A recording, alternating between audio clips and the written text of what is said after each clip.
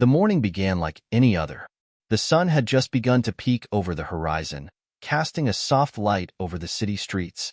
The usual hustle and bustle of downtown started to pick up, but for one man, today was anything but ordinary.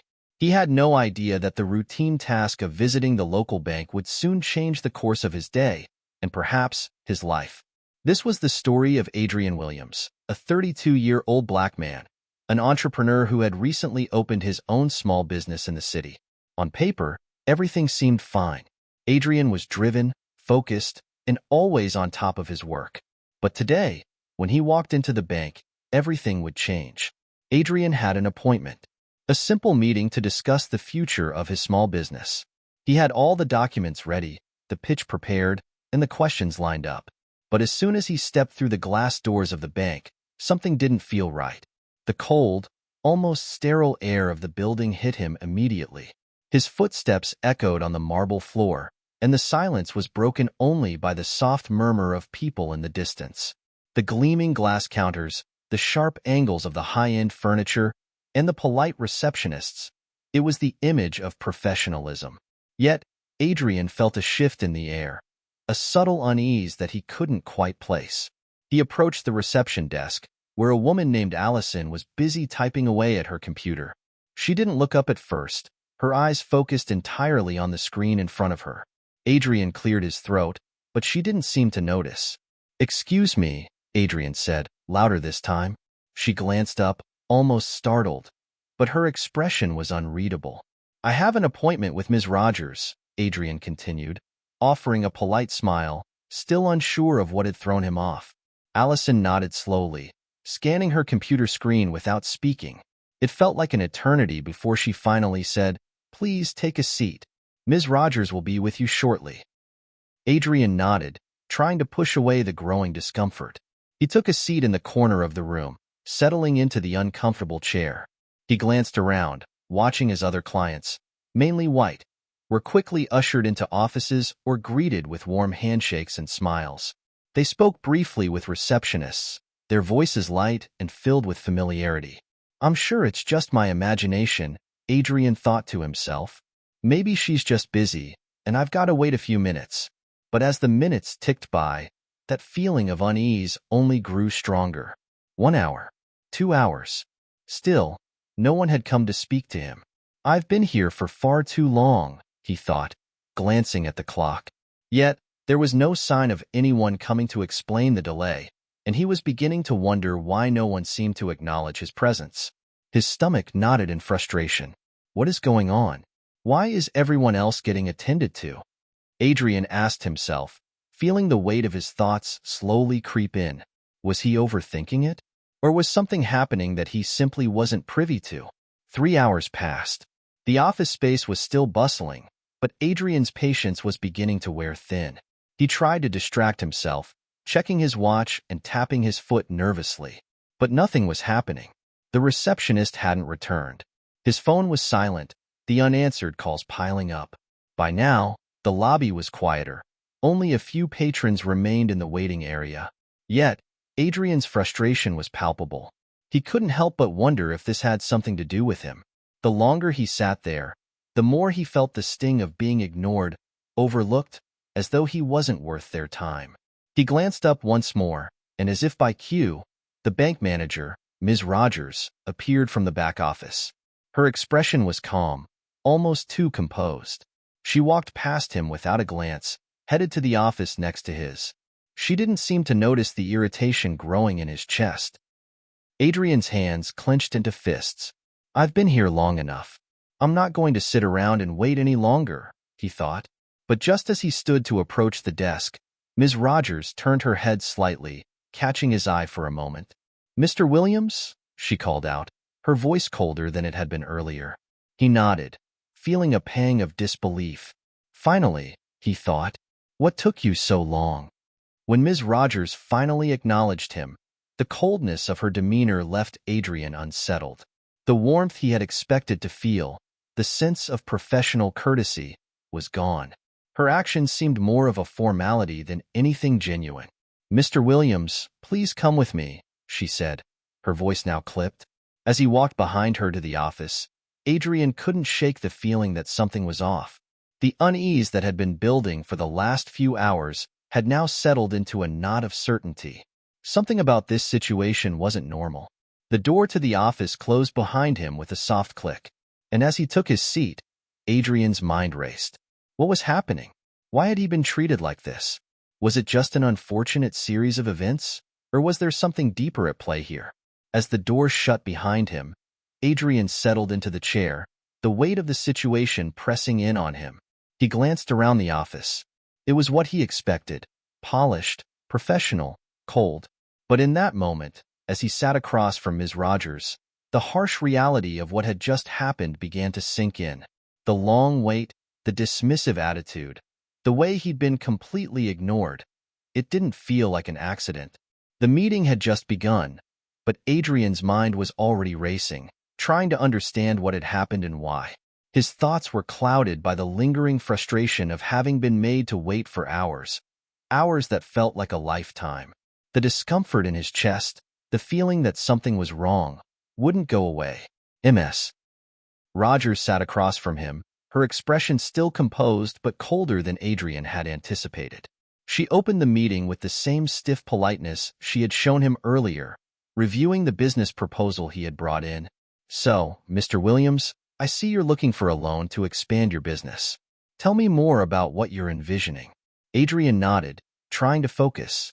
He went through the details of his pitch, the plans for growth, the investment opportunities, the potential for job creation in the community. He knew this inside and out, but as he spoke, something gnawed at him. There was a tension in the air, unspoken, thick, something that he couldn't quite put his finger on. It wasn't just the cold reception earlier. It was the way Ms. Rogers seemed to barely listen. Her eyes didn't meet his as much as they should, and her responses were short, almost dismissive. She would occasionally glance down at the paperwork, but when her gaze did settle on him, it was as if he was just another transaction. "That sounds promising, Mr. Williams. But as you know, we have a very specific set of criteria for loans like these. We'll need to review your credit history and business records more thoroughly." She wasn't looking at him when she spoke, her voice now flat, mechanical. She was reading the documents in front of her with little to no engagement. Adrian paused, trying to gauge if she was even listening to what he was saying. "I already provided all the necessary documents in advance. Is there something else you need?" Adrian asked, his voice sharper than intended. Ms. Rogers looked up, her lips tight, but the smile never quite reached her eyes. She seemed almost surprised by the sudden tension in the room, but only for a moment. "No, of course not," she said quickly, her tone stiff. "We'll continue processing everything. We'll just need a bit more time. Please feel free to wait in the lobby until we've completed the review." Adrian blinked. Wait in the lobby? After all this time, after waiting for hours, after being passed over for every other client in the building, now she was asking him to sit out in the lobby again. "What do you mean?"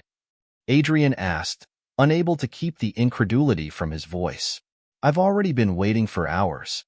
I don't understand why I can't just stay here while you review the documents." Ms. Rogers didn't answer immediately. Instead, she shifted in her seat, her posture suddenly stiff. For a moment, it seemed like she was trying to decide how to respond. She finally said with a forced politeness, "I think it would be best if you waited in the lobby while we complete our review, Mr. Williams. It'll be quicker that way. Thank you for your understanding." The word stung. Adrian couldn't help but notice the subtle shift in her tone, a shift that only seemed to appear when he started questioning the process. He sat back in his chair, holding her gaze for a moment, trying to decide whether to push further or just let it go. But something inside him told him that this wasn't right. This wasn't how business meetings were supposed to go. There was something about this whole exchange, the rushed responses, the cold attitude, the way he'd been made to wait, that made him feel small, as if he wasn't worthy of their attention. Still, he had come this far. There was no point in walking away now. "Fine," Adrian said, his voice calm but his mind racing. "I'll wait in the lobby." Ms. Rogers nodded, almost too quickly, as if she was eager to end the conversation. She gestured toward the door, her hand lingering for a moment too long, as if she were hoping he would leave without saying another word. Adrian stood, gathering his things with deliberate slowness. He couldn't shake the feeling that this wasn't over. Something was off. He wasn't imagining it. There was more to this than just a miscommunication or a delay in paperwork. But what? He walked back into the lobby, feeling the weight of the bank's cold, sterile atmosphere closing in around him once again. The same receptionist, Allison, barely looked up from her desk as he re-entered the waiting area. Adrian took a seat, his fingers tapping nervously on the edge of his briefcase. The minutes ticked by, each one heavier than the last. He was no longer in control. The weight had become unbearable. Every second felt drawn out, as though he was trapped in a loop he couldn't escape. And then, to his surprise, the same customers who had been in the bank when he arrived were now leaving, one by one. They had been served, their business concluded, while he remained, forgotten. Adrian glanced around. The room was quiet now, just a few other clients, all of whom had been in and out long before him. He couldn't shake the growing sense that this wasn't just about paperwork anymore. This wasn't just about a loan. There was something more. Something that went deeper than he could understand. Time passed. His thoughts turned inward. Why me? Why was I treated this way? He asked himself. Am I just imagining this? Or is there a reason they're making me wait? Did I do something wrong? He checked his watch. It had been over 4 hours since he walked into the bank. Still no one had come to speak to him. The lobby was nearly empty now. Only a couple of other clients were seated, glancing at their phones, but Adrian noticed that no one was coming for him. No one was acknowledging his presence. The cold, hard reality of the situation began to settle in. There was no rational explanation for the way he had been treated, no professional excuse for the lack of attention, no reason for the disrespect. And just as his frustration was reaching its peak, the door to the back office opened. The bank manager, Ms. Rogers, walked out into the lobby. But this time, something was different. She wasn't alone. A group of 3 men entered behind her. They were sharply dressed, all wearing expensive suits and carrying briefcases. Their voices were calm, but there was an air of authority to them as they entered the room. The moment they stepped inside, Adrian's eyes locked onto them. It was as if the entire room shifted. The energy changed. There was a noticeable shift in how Ms. Rogers behaved. Her stiff posture softened, her smile grew wider, and she began to speak with a politeness Adrian hadn't seen before. She had been distant, almost cold with him, but now, as she greeted the men, her demeanor changed completely. Adrian watched, unable to tear his gaze away. What was happening? It was then that he realized. These men were important. Their presence was the key. This was the moment he had been waiting for. The board members had arrived. And suddenly, everything was about to change. As the group of 3 men entered the lobby, Adrian's heart rate picked up. The air around him seemed to shift, the previously subdued atmosphere of the bank now charged with a newfound energy. The sound of heels clicking on the polished floor reverberated, and the murmurs of conversations in the background fell silent. Ms. Rogers, who had been distant and professional with Adrian, suddenly straightened up, her stiff, unapproachable demeanor transforming into something else entirely. She smiled, a wide, warm smile, as the men walked toward her, greeting them with a level of enthusiasm Adrian hadn't seen all day. "Good afternoon, gentlemen," she said, her voice suddenly lighter, almost cheerful. She shook hands with each of the men, her mannerisms polished and confident. There was a noticeable difference in the way she spoke to them, the tone now laced with deference, respect, and even a hint of eagerness. It was as if the entire atmosphere of the room had shifted in their presence. Adrian sat in the corner, feeling the sting of being sidelined. He watched the interaction, unsure of what to make of it. These men, dressed in their sharp suits, each carrying a briefcase, were important. But why? He had been here for hours, waiting, while other customers were tended to promptly. And now, as soon as these board members arrived, it was as though his entire existence in the room had been erased. Ms. Rogers turned toward him for a brief moment, her eyes flicking toward Adrian, but only for the slightest second. It was as if she didn't want to acknowledge him anymore, as if she had already moved on. The friendly smile that she had given the men was gone now, replaced by a cold formality as she approached Adrian. "Mr. Williams," she began, her tone stiff once more, "we're still processing your application.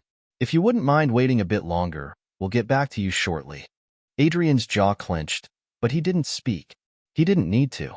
The message was clear. He wasn't part of this new equation.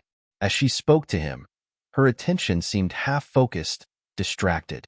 Her eyes would occasionally flicker back toward the men, who were now seated in the office, discussing something with purpose.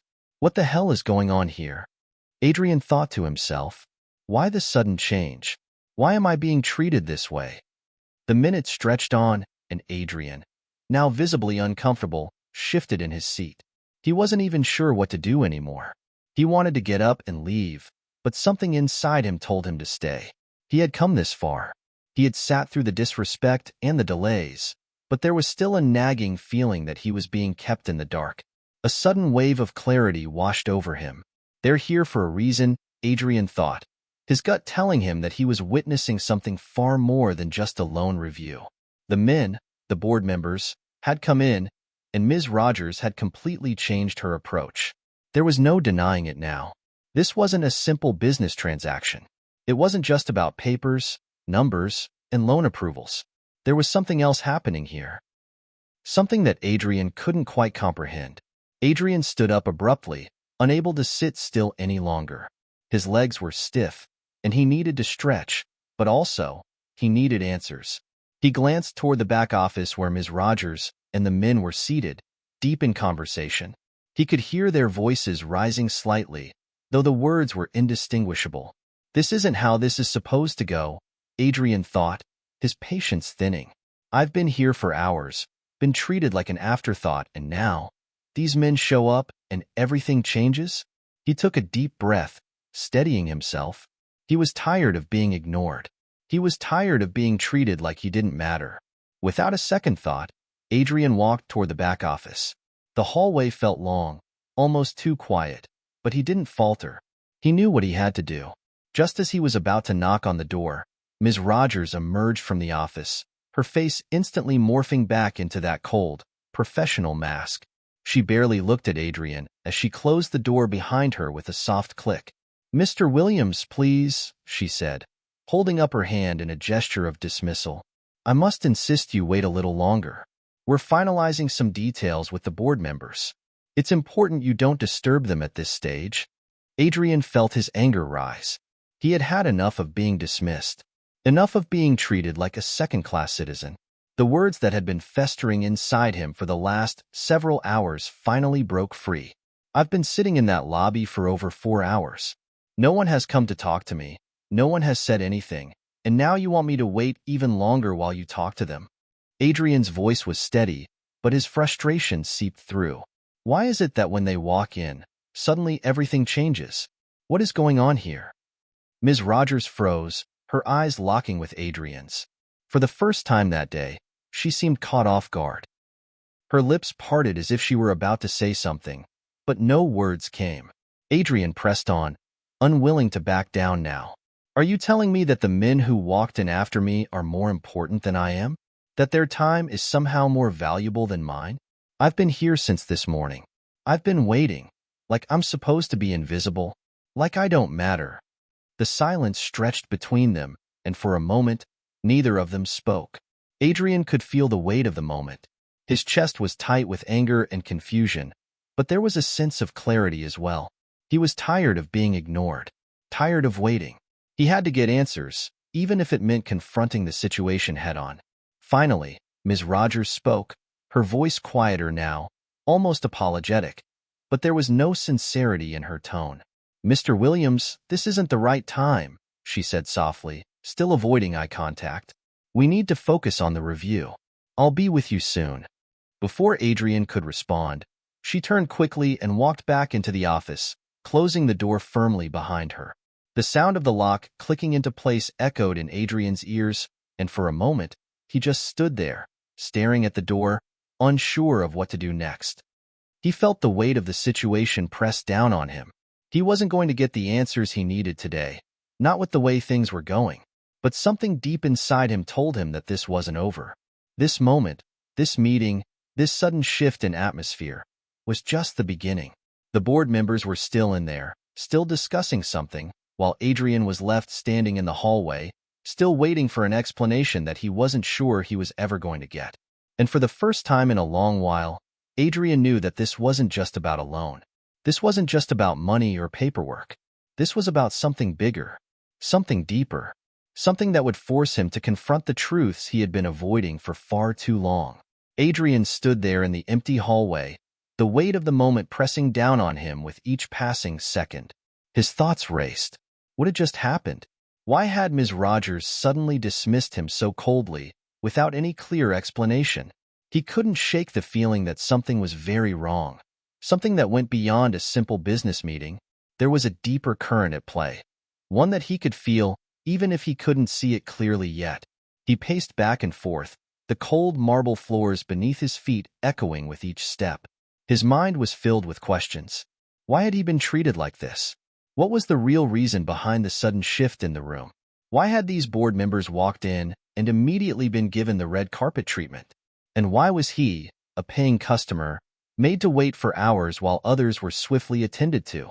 The knot in his stomach tightened as he thought about the subtle but unmistakable way the bank manager had treated him compared to the men in suits. He couldn't ignore it anymore. The coldness, the dismissiveness, the way his very presence in the room seemed to have been overlooked until the board members arrived. It was as if the entire atmosphere of the bank had shifted, and he was no longer part of it. Adrian glanced back at the closed door, the one that separated him from the office where the important men were likely discussing matters that had nothing to do with him. He thought about the hundreds, maybe thousands, of other black men and women who had likely been in similar situations. The ones who had been overlooked, ignored, and left out simply because of the color of their skin. He had been living in a world that sometimes made him question whether his presence mattered at all. But today, this was different. This wasn't just an ordinary business meeting. Something was happening here, something much bigger than what it seemed on the surface.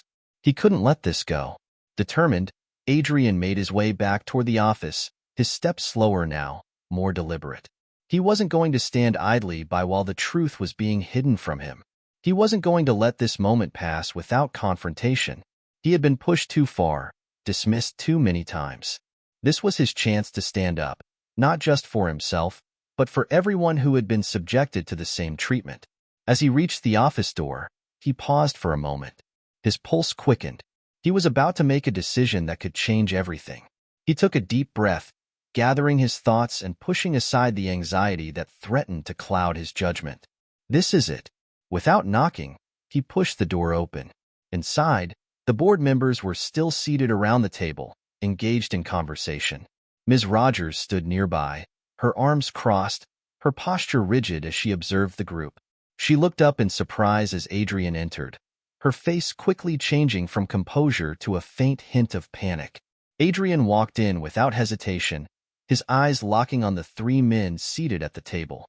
They paused, mid-sentence, as if unsure of how to respond to his sudden appearance.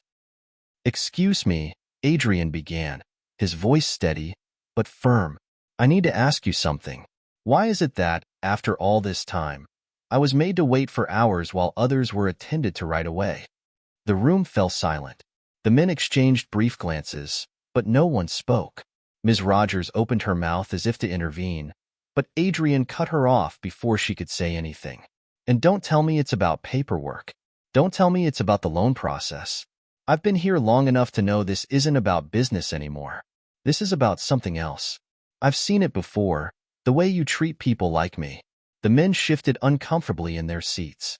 Adrian's words hung in the air, heavy with truth. The discomfort in the room was palpable now, and for the first time, he saw a flicker of recognition in their eyes. It wasn't about his loan. It wasn't about business. It was about how they viewed him, how they viewed people like him. He wasn't just a client.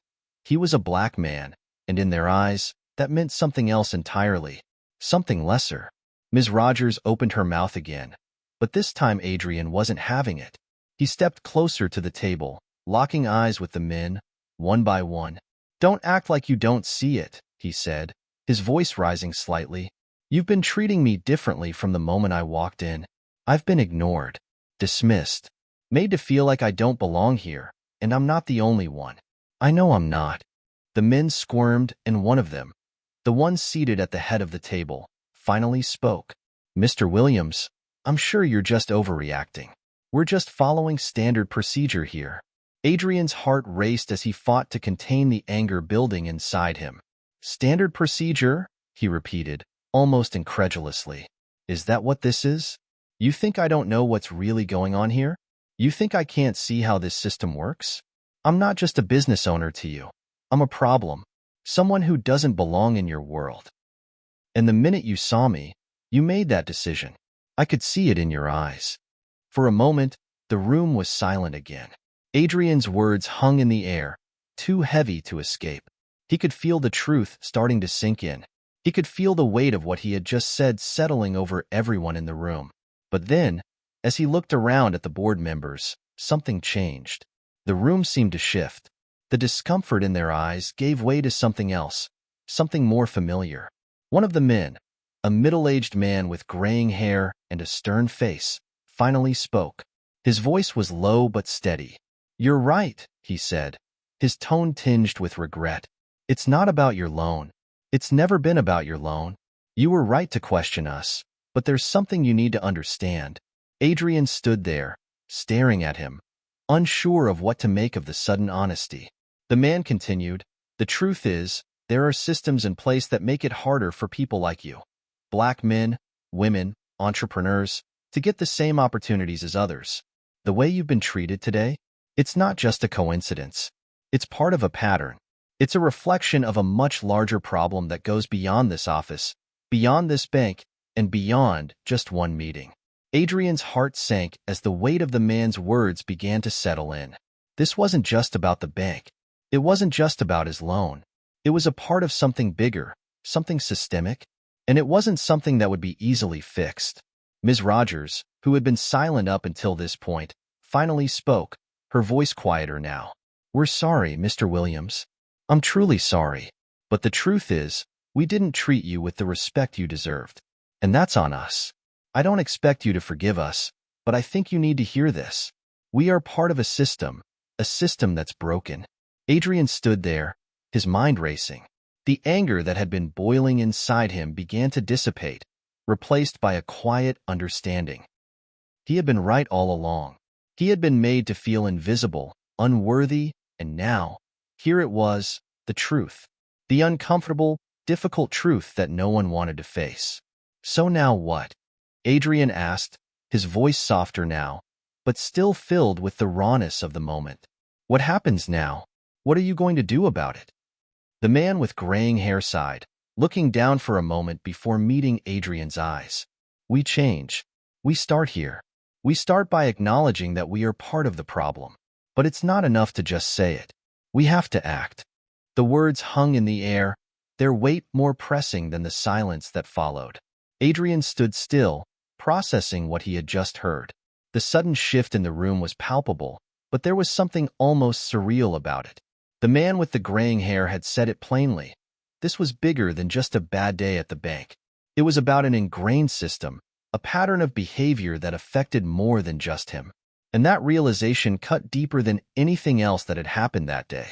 Adrian wasn't sure how to feel. His anger was still there, but now it was mixed with something else, something complicated. There was a part of him that wanted to walk out, to leave this all behind and never look back. He had been mistreated, and now these men were acknowledging it. But there was something else that kept him standing there, rooted to the spot. Change. It wasn't just a word. It was an action. He had confronted this injustice head-on, and now these men were acknowledging it. But was that enough? Was simply recognizing the problem enough to make a difference? Was acknowledging enough to fix a broken system? Ms. Rogers, still standing off to the side, finally stepped forward. Her face was drawn, a look of genuine remorse etched into her features. She spoke carefully, as though weighing each word. Adrian, she began, her voice softer now. I want you to understand that this isn't easy. It's not something that we can fix in one day, but we've heard you. We know that we haven't treated you, or people like you, the way we should have. It's not just about what happens in this building. It's about the way the entire system operates. Adrian's brow furrowed. There was sincerity in her voice, but something still nagged at him. Was this just another attempt to pacify him, to avoid the real change that needed to happen? Words are easy, Adrian thought. Actions are what matter. He wasn't wrong to feel skeptical.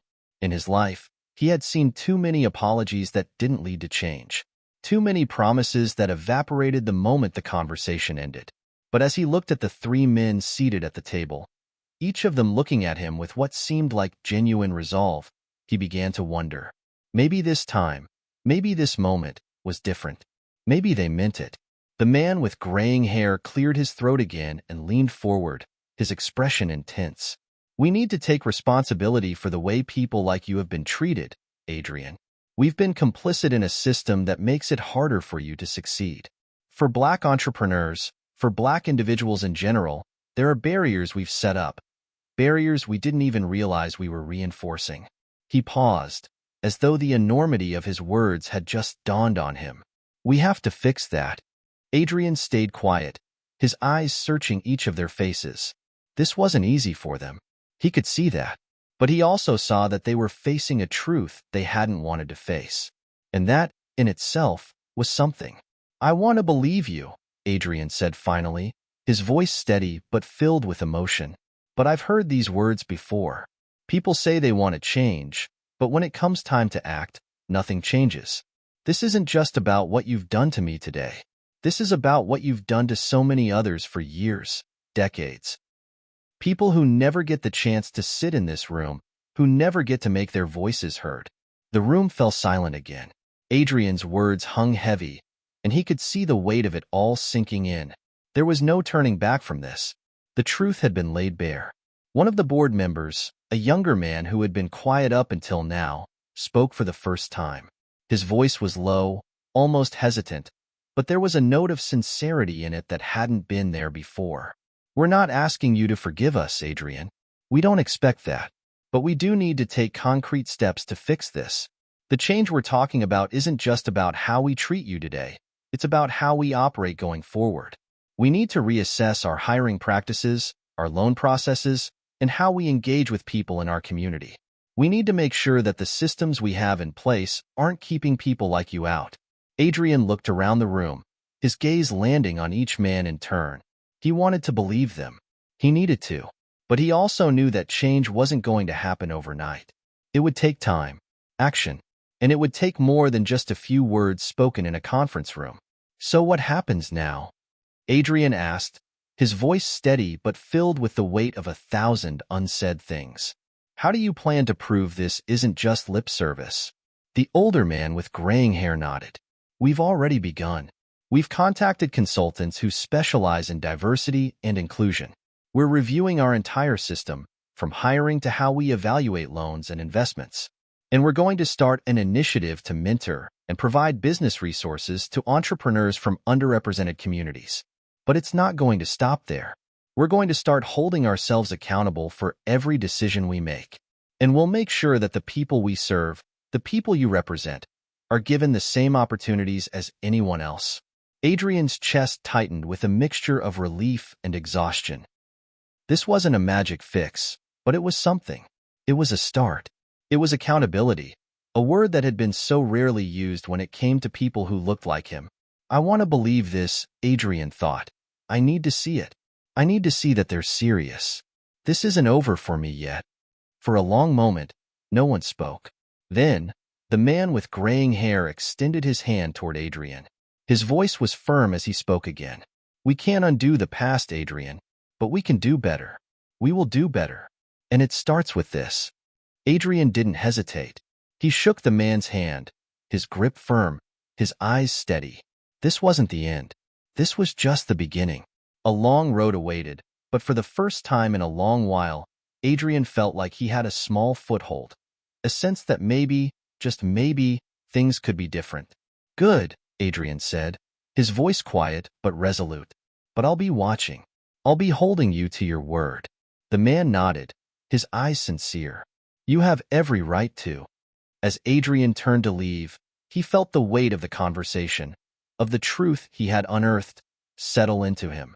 This moment had been a turning point for him, for the men in that room, and perhaps for something bigger than all of them. But he knew one thing. The real work had just begun. The fight for true equality wasn't going to be easy. It wouldn't be quick, but it was worth it.